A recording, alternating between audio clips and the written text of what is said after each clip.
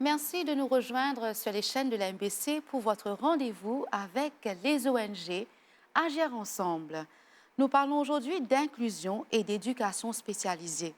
À Maurice, il y a certaines structures qui combattent quand même pour les enfants, pour que chaque enfant, chaque Mauricien ait sa place dans une école, peu importe son handicap. Et c'est le cas de l'association Jeunes Inadaptés de Cœur-Pipe. Et pour en parler, nous recevons la manager, Madame Cindy Pama. Merci Cindy d'avoir accepté notre invitation aujourd'hui. Merci vous-même. Alors avant de débuter, qui est Cindy Pama? Je suis maman, j'ai 3 enfants, je suis le manager de l'école, j'étais auparavant la présidente de l'école et la fondatrice de l'école, de l'association Jeunes Inadaptés de Kyopi. Alors avant de passer à l'antenne, vous me racontiez que vous avez une histoire quand même à nous raconter par rapport à cette école qui concerne votre vie. Exactement. Donc, mon fils aîné est autiste et épilepsie en même temps. Donc, ça m'a poussée. Oui. Euh, D'ouvrir voi- cette école. voilà.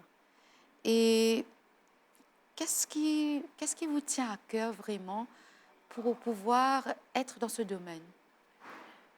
Mon fils, parce qu'il était un enfant autiste qui était très difficile Oui, de s'intégrer dans d'autres écoles et il fallait bien comprendre que ses petits manies. Donc ça m'a vraiment fait aller de l'avant dans d'accord. ce secteur. Alors, est-ce que c'était facile d'ouvrir une école spécialisée ici à Maurice à l'époque? Non, c'était pas facile parce qu'il fallait trouver un emplacement, il fallait trouver des sponsors, il fallait faire des canvassing, il fallait aller rejoindre les autres parents. Donc, ça a été un petit peu difficile au départ. Oui. Et comment vous avez débuté? Combien d'enfants sont venus au départ? Il n'y avait que 4 enfants à l'époque. Donc, à l'époque, ce n'était pas là où nous étions actuellement. C'était dans un centre social que j'ai débuté cette école. Oui, Et puis, petit à petit, ça a commencé à grandir. Il y avait 10 élèves, il y avait 15. Et puis, on a dû trouver qu'il fallait bouger. Donc, on est parti, je suis partie chercher un bâtiment pour pouvoir travailler avec ces enfants-là. d'accord. Donc, vous êtes situé où actuellement? On est à la rue Vitry-Cœur-Pipe, qui n'est pas trop loin de Cœur-Pipe centre, D'accord, 5 minutes de marche. d'accord. Et donc, vous avez débuté avec 4? On a débuté avec 4 et aujourd'hui, on a 42 élèves qui sont de 5 ans à 20 ans et nous avons 38 élèves qui sont de 20 ans à monter. D'accord. Est-ce que j'ai compris, vous avez des enfants qui ont plusieurs types d'handicap, c'est cela? Exactement. Je me concentre sur tous les handicaps parce qu'un enfant, ça reste un enfant, quel que soit son handicap. Je pense que l'enfant doit être scolarisé, doit être dans un centre pour pouvoir aller de l'avant. Et vous avez développé des pédagogies au fil des années pour pouvoir les aider à pouvoir s'intégrer? Oui, bien sûr.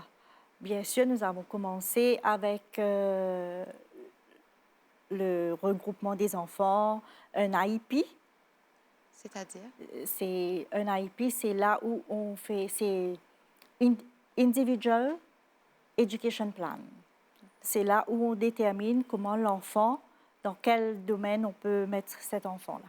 Soit on doit le faire en classe spécialisée, ou l'enfant doit être dans le daycare de l'école même, D'accord, où l'enfant ne va pas apprendre vraiment, mais c'est qu'avec les jeux. d'accord. Donc, vous avez plusieurs sections. Nous avons plusieurs sections à l'école. Nous avons nous avons une classe de computer, nous avons une classe d'apprentissage, une classe d'artisanat, voilà. Et comment Et se une classe passe? de manipulation aussi pour les jeux. D'accord. Et comment se passent justement ces journées à l'école? Vous avez mentionné qu'il y a pas mal de classes, notamment des activités. Voilà. Comment se passent ces journées à l'école? Donc, le matin, c'est l'accueil.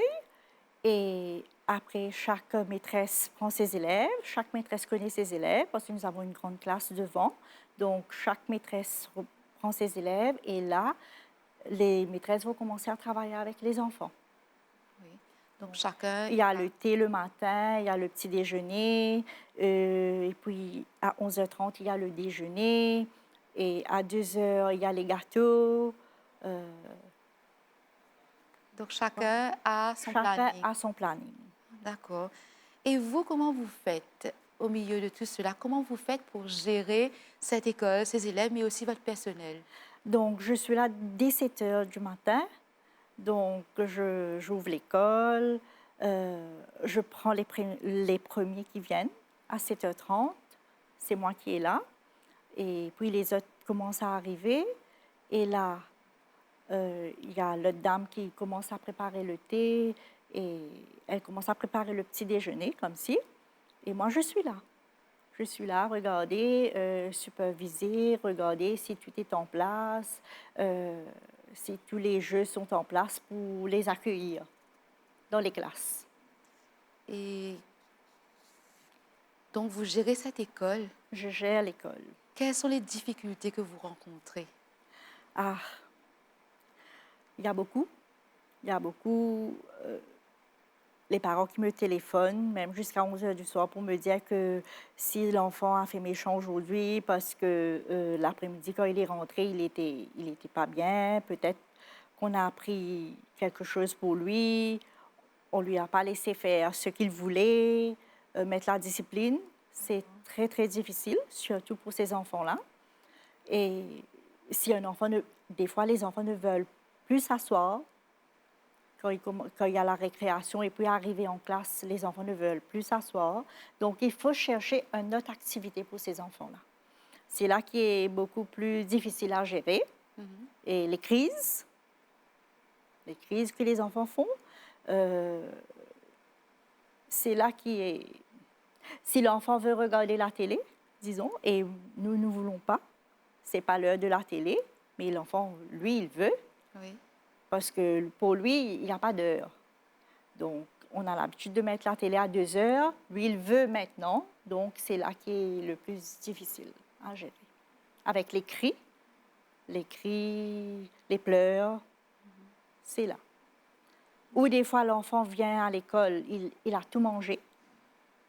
Il a tout mangé, donc il veut un gâteau. Donc, là, il ne comprend pas que pour lui, c'est fini, mais il faut avoir ce gâteau-là à l'école. OK. Et comment vous faites pour gérer ces situations que vous avez mentionnées, Donc, justement? moi, ce que je fais, il y a toujours des gâteaux à l'école, juste pour ne pas avoir des cris comme si à l'école. Donc, moi, je les donne, ce gâteau-là. D'accord. Et votre personnel, comment, comment ils font aussi pour pouvoir travailler avec ces enfants? Donc, je pense que c'est devenu une habitude parce que les personnels, auparavant, ne savaient pas trop comment gérer. Mais maintenant, avec l'habitude, je les ai dit, bon, cet enfant-là, lui, il est comme ça, l'autre est comme ça, il faut passer sur ça, il faut les encadrer autrement, il faut chercher comme si, il faut savoir les embêter aussi. OK. Oui, il faut savoir les embêter. L'enfant ne va pas venir pour s'asseoir en classe pour écrire académiquement. Donc, il faut savoir gérer comment, comment faire. OK. Il faut chercher aussi un planning. Il faut trouver des activités. Peut-être que l'enfant, lui, il aime beaucoup plus la musique. S'il faut mettre la musique le matin, il faut mettre. Et s'il faut faire la danse, il faut faire. Peut-être ça va les calmer. OK. C'est un peu ça. C'est pas comme une école du mainstream que l'enfant va s'asseoir, écrire et apprendre correctement. C'est pas cela. On peut dire que vous êtes toujours préparé à toutes les situations. Voilà, exactement. D'accord. Alors, est-ce qu'il y a un enfant ou une histoire qui vous a particulièrement marqué durant toutes ces années, Cindy? Je dirais oui. je dirais oui. Euh, je l'ai connu, l'enfant, et puis c'est devenu très complexe pour moi parce que ses parents sont décédés. D'accord, Donc, je me suis sentie assez affaiblie par rapport à cet enfant-là. d'accord. Donc, vous avez toujours contact avec cet J'ai enfant? toujours contact avec ses frères et sœurs, D'accord. mais l'enfant n'est plus à l'école, donc je pense à lui tout le temps. Donc, Je ce pense sont, à lui tout le temps, ouais. ce sont des liens que vous avez tissés avec les Voilà, enfants, vont dire. voilà. En tout cas, aujourd'hui, on salue votre travail, Cindy. On sent vraiment de l'émotion aujourd'hui par rapport à ce que vous faites. Et par rapport aux enfants que vous avez actuellement, est-ce que vous avez vu quand même du progrès par rapport à l'adaptation dans le quotidien? Oui, il y a eu des progrès parce que, comme je vous ai dit, les enfants autistes sont beaucoup plus difficiles à travailler aussi. Oui, Et au moins, donc, ces enfants-là ont commencé à s'asseoir, au moins. Parce que, vous savez, les autistes, ils ne s'assoient pas vraiment. mhm, Ils aiment bien bouger, ils aiment bien aller dehors, ils aiment bien crier. Mais je pense que chez nous, il y a eu un progrès. oui. Parce que j'ai eu des enfants auparavant qui ne s'asseyaient même pas 2 minutes. Il fallait tout le temps rester derrière eux. Mais là, j'ai vu un progrès. Ok. Et les parents, qu'est-ce qu'ils disent par rapport à ce que font leurs enfants à l'école? Et ils sont contents. Ils sont contents de voir ce progrès-là parce que ces parents-là étaient venus chez moi très, très affaiblis. Ils sont très contents. Et vous les accompagnez aussi pour leur donner des conseils, comment faire à la maison? Oui, bien sûr, bien sûr. C'est juste qu'il faut continuer ce genre d'activité-là à la maison parce que, surtout pour les grands-mères qui aiment bien la gâterie, donc il ne faut pas trop. Il Il faut faut aussi les gâter. Enfin, il faut les gâter, oui, je ne dis pas que non, mais il faut juste avoir une limite. D'accord. Mais il faut aussi avoir cette discipline. Il faut avoir aussi cette discipline, voilà. Oui. Et vous avez parlé des parents qui viennent des fois, qui sont, on peut dire, démunis. Comment vous faites pour accueillir ces parents? Quelles sont les choses que vous mettez en place? Donc, nous avons un atelier de travail avec la psychologue. Donc, au départ, c'est vrai que les parents, quand ils viennent, ils ne savent pas quoi faire et ils pensent aussi vers la guérison. Ok. Ils pensent aussi vers la guérison, qui n'est pas le cas. Il faut être franche sur ce sujet-là, parce qu'un enfant, quand il est né autiste, il est né autiste. Un enfant, quand il est né trisomie, il est né trisomie, ça ne va pas changer. Mais c'est juste que il faut savoir comment faire avec cet enfant-là. Mhm. C'est là qui est le plus difficile parce que l'autisme, c'est quand même vaste. Il y a beaucoup de degrés dans l'autisme. Il y a des enfants qui peuvent apprendre, il y a il y a des enfants qui ne peuvent pas apprendre aussi. Il faut reconnaître cela. Et c'est là que ça devient un petit peu plus complexe pour les parents, parce que quand un enfant est né, vous pensez à l'éducation de votre enfant, que c'est là que tout va changer pour vous. Oui. C'est là que tout va changer, qu'il faudra apprendre à accepter cela. Donc, Il vous faites faudra cet apprendre. accompagnement avec Il eux. faut faire cet accompagnement-là avec ces parents-là. Donc, pour les encadrer, pour les mettre dans des situations assez compromettantes, parce que c'est là que tout va changer pour les parents. D'accord. Et nous allons revenir sur votre école. Donc, cela fait combien de temps que vous existez? Ça fait 16 ans. 16 ans déjà. 16 ans déjà. Et comment est-ce que vous avez vu l'évolution depuis toutes ces années jusqu'à présent? Qu'est-ce que vous pouvez dire comme bilan? Ben, nous avons fait beaucoup de progrès. Nous avons fait beaucoup de progrès au niveau de l'école. Nous avons fait pas mal d'activités. Les enfants sont bien encadrés. Les parents qui sont déjà avec nous depuis cette époque, donc ils savent déjà comment est la routine de l'école. ils peuvent compter sur nous. Voilà. Et de quoi avez-vous le plus besoin encore aujourd'hui en 2026?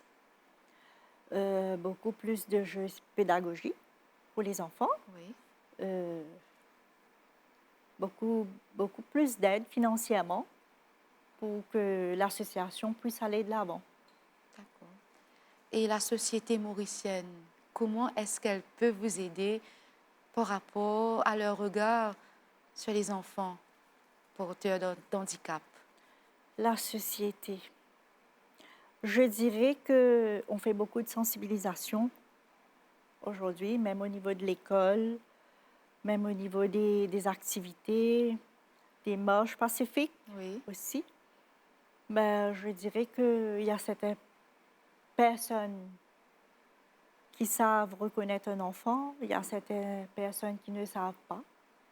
Il y a toujours des rires, des jugements d'accord. qu'il faudrait changer aussi. Ben, je pense que toutes les ONG sont en train de se mobiliser pour faire comprendre à la société qu'un enfant qui porte un handicap, ça reste une personne égale. D'accord. Et est-ce que vous faites appel aux bénévoles? Il y a beaucoup de personnes peut-être qui nous regardent aujourd'hui qui aimeraient vous aider. Qu'est-ce que vous pouvez leur dire? J'ai beaucoup des élèves qui sortent de l'université, qui viennent chez nous. Pour le bénévolat, il n'y a pas trop. Oui, Il n'y a pas trop. C'est juste pour... Je pense que si quelqu'un veut faire un anniversaire, c'est là qu'il veut faire l'anniversaire comme si. Mais pour le bénévole même, il n'y a pas trop beaucoup. d'accord. Mais est-ce que vous aurez besoin encore des personnes pour vous J'aurais aimé aider? avoir les jeunes. Des jeunes. Les jeunes. J'aurais aimé avoir les jeunes pour les faire comprendre qu'il n'y a pas que... il y a une autre vie. Il y a une autre vie encore. D'accord. Ouais. Et vous m'avez parlé que vous accueillez des jeunes de l'université, justement. Voilà. Qu'est-ce qu'ils disent quand ils viennent chez vous? Mais il y a des jeunes qui ne savent même pas c'est quoi un enfant qui porte un handicap. Et qu'est-ce que vous faites pour pouvoir Ben, les aider? je fais ce jeune-là participer ensemble avec nous, de venir au moins 2 ou 3 fois par semaine, venir assister les classes, venir donner à manger, venir donner à boire et les faire jouer et tout. Oui. Et ils repartent comment Mais après? ils repartent avec un grand, grand, grand cœur. Un cœur ouvert parce que j'ai vu beaucoup de jeunes qui me disent jusqu'à maintenant, je ne savais pas, madame, s'il y avait une école comme ça. J'ai déjà vu un enfant avec un handicap, mais je ne savais pas la routine. Je ne connaissais pas la routine. Maintenant, je connais. Je vais faire beaucoup plus attention. Et quand je pars chez moi, j'explique à ma maman ce que j'ai fait. Voilà. Et vous, personnellement, Cindy, c'est quoi votre plus grande fierté maintenant? Ben, je suis fière de moi. Je suis fière de moi pour accueillir ces parents-là. Oui. Je ne pensais pas que je pouvais faire cette école-là. Mais je vois beaucoup de parents qui viennent me voir pour le counseling, pour une demande, pour une aide. C'est là que je me suis dit, je suis une personne à demander. Et qu'est-ce que vous rêvez pour votre école dans les prochaines années? Ben, je rêve d'avoir un shelter, un home pour ces enfants-là. D'accord. Parce que au fur et à mesure, on va plus pouvoir s'en occuper. Donc, il faut avoir de la place pour ces enfants-là. Parce qu'ils vont être adultes et là, c'est là que ça va devenir beaucoup plus difficile. Et vous rencontrez déjà des problèmes avec ceux qui sont un peu plus âgés Oui, dans votre daycare? oui, oui, voilà. Comment est-ce que ça se passe, Ben, justement? j'ai des parents qui sont venus me voir à l'époque, mais il y a les parents qui sont décédés. Et les enfants, ils sont dans un home, dans un shelter. ils continuent à venir à l'école parce Oui. qu'il y a les frères et les sœurs qui ont pris la responsabilité. Oui. Mais c'est là que j'observe un petit peu comment ça se passe. Donc, votre rêve, c'est d'avoir Ouais. un home que vous allez gérer vous-même. Gérer moi-même, oui. D'accord. Parce que vous savez, arrivé à un moment donné, ça va être difficile. Ça va être difficile parce que déjà que l'enfant, vous savez, un enfant autiste, il ne peut pas aller n'importe où. Voilà. Donc, on vous souhaite de réaliser ce rêve parce que certainement beaucoup de parents aussi, comme vous le dites, pensent Oui. qu'est-ce qui va se passer après, comment mon enfant va pouvoir continuer quand je ne serai plus là. Voilà. Mais l'appel est lancé et on vous souhaite vraiment de pouvoir réussir vraiment ce que vous pensez entreprendre. Et c'est ici que se termine justement, Cindy, cette émission pour aujourd'hui. On vous remercie d'être venu et surtout d'avoir parlé de ce sujet. Il y a eu plein d'émotions aujourd'hui durant cette émission et nous comprenons un peu plus comment se passe la vie avec un autisme, mais aussi toutes les personnes, tous les enfants qui sont atteints d'un handicap. Nous vous souhaitons vraiment de continuer sur ce chemin et vraiment de porter de la lumière dans la vie des parents. Merci à vous-même. Et merci à vous, chers téléspectateurs, d'avoir suivi cette édition d'Agir ensemble pour cette semaine. On se retrouve la semaine prochaine.